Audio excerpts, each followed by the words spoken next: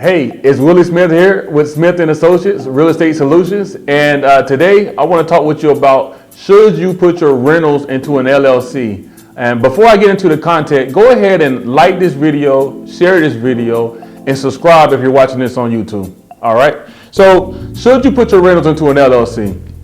That's a great question, and a lot of you are probably just now starting to get into real estate investing, and you're trying to figure this out, and you don't really know which way to go. And before I give you any of this advice, just know that I'm not an attorney, and if you're looking for real legal advice, go consult an attorney. I can't tell you 100%, but I'm telling you what I've learned and what I've done myself. But consult an attorney to get the the advice that you may be seeking. All right. So there's two advantages that I can think of right away. Asset protection.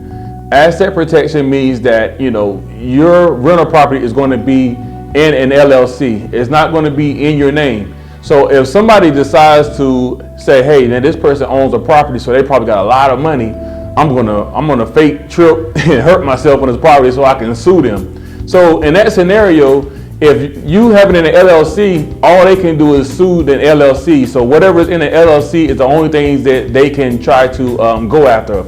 But if you have it in your own personal name and you happen to have a lot of wealth, whether that's in 401ks or a home that you may own in your personal name, they can go after all of that and really hit you in the head. So you want to make sure you put your rental properties into an LLC for that reason alone. You want to make sure that nobody can go after you like that, okay? Number two, tax advantages.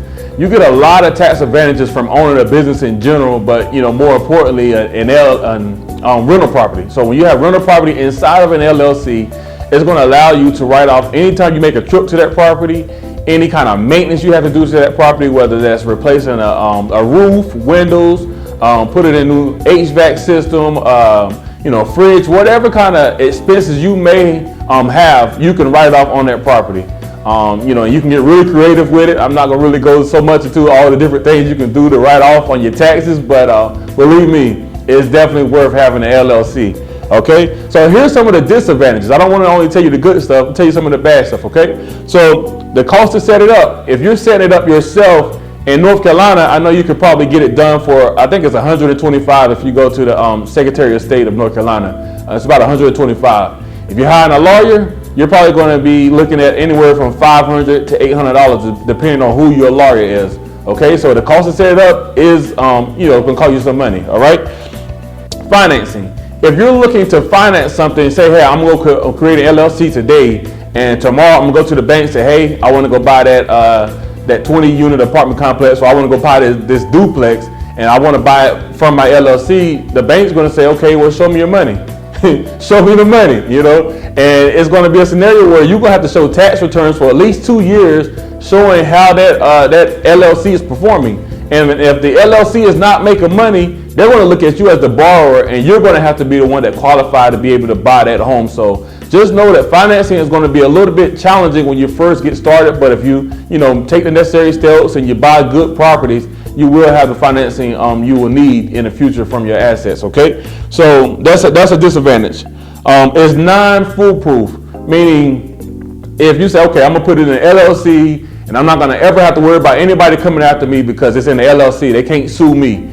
That's true and it's not true. Okay, so this is what I mean. If you have an LLC and you're making good money, and every month you see $1,000 going in there, and that's good cash flow coming in every month, you say, you know what, man, I'm about to go in that account. I mean, that money looking good. I'm gonna go ahead and get it. I'm gonna swipe it on this. I want to go buy this with it. I'm gonna pay my bills out of this LLC account. Now, what you have done is you pierced the corporate veil from the LLC. So now you have co-mingled your funds, meaning your funds, your personal funds, and the LLC or the company's funds have been intermingled. So now it's not separate. So if a good lawyer want to come after you, they're going to come after the LLC, and they're going to come after you personally for everything you own. So be careful to really separate your LLC money from your personal money to make sure that you don't have this problem happening to you.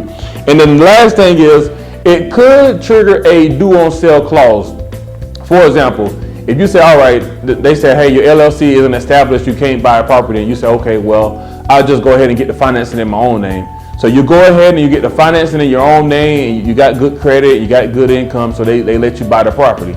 So you say, okay, well, I don't want to be, out here bare, so let me put my property in the LLC, which is good thinking. But you got to be very, very careful to read the fine print on the lender's documents, because it could trigger a due on sale clause, which means that when you take and say, I'm gonna deed this property over to my LLC, it could trigger a clause that say, hey, now you owe the full balance of this loan.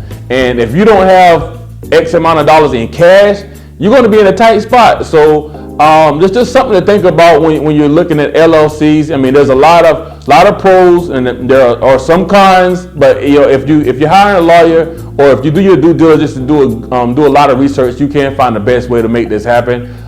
That's what I got for you guys today. If you have any questions about LLCs or investing in real estate, don't hesitate to give me a call at 252-258-8168, or you can simply reply to this message with an email at williesmithrealty@gmail.com, or just comment below and I'll be happy to help you out. That's all I got for you guys today. Have a great one.